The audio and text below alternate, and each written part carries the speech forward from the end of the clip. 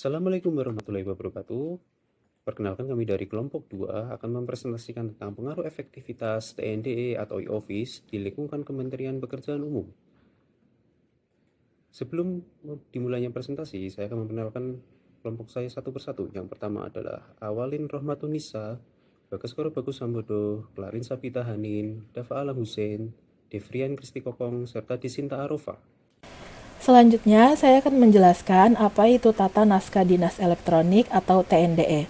Jadi, TNDE yang dimiliki oleh Kementerian PU yaitu sistem pengelolaan surat menyurat, yaitu surat masuk, surat keluar, disposisi, agenda, serta arsip secara digital untuk menerapkan good governance. Sistem ini dibuat untuk menggantikan proses manual yang selama ini menggunakan kertas agar lebih efisien, cepat, dan transparan.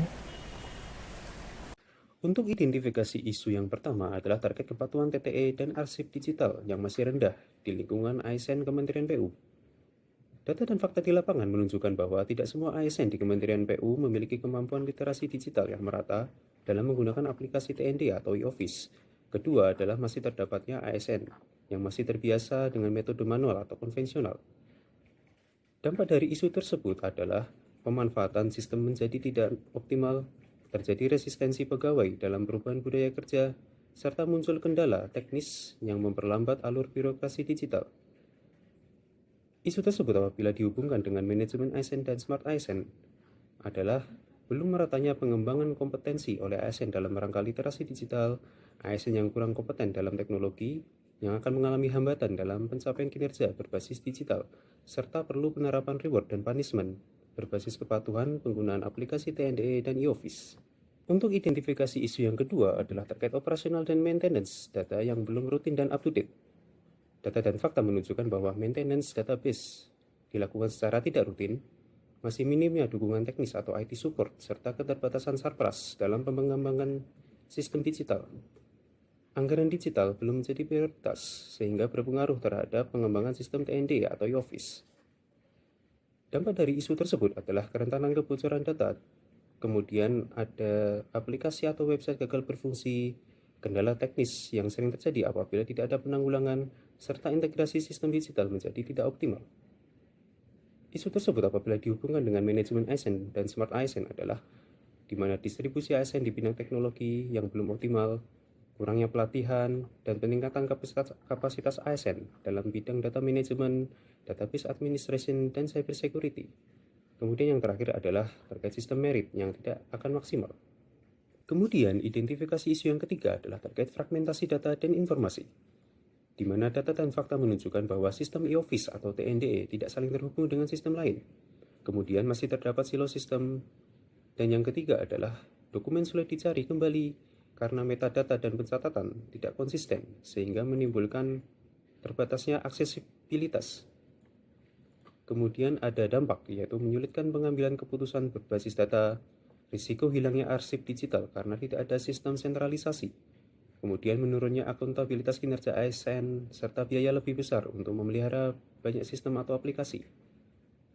Isu tersebut apabila dihubungkan dengan manajemen ASN dan Smart ASN adalah fragmentasi data membuat pengelolaan SDM tidak akurat, kemudian sulit menilai ASN secara objektif, dan yang terakhir adalah fragmentasi data menghambat literasi digital, kolaborasi, dan penguasaan teknologi.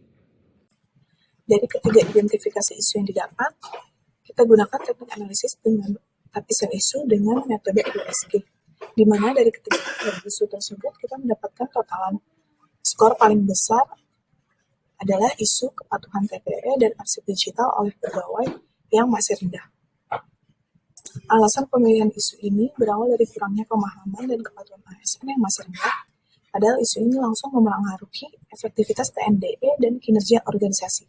Rendahnya kepatuhan inilah yang membuat efektivitas pekerjaan kembali bergantung pada dokumen manual, dan hal ini yang membuat menghambat efisiensi, akuntabilitas, dan legitimasi dokumen elektronik.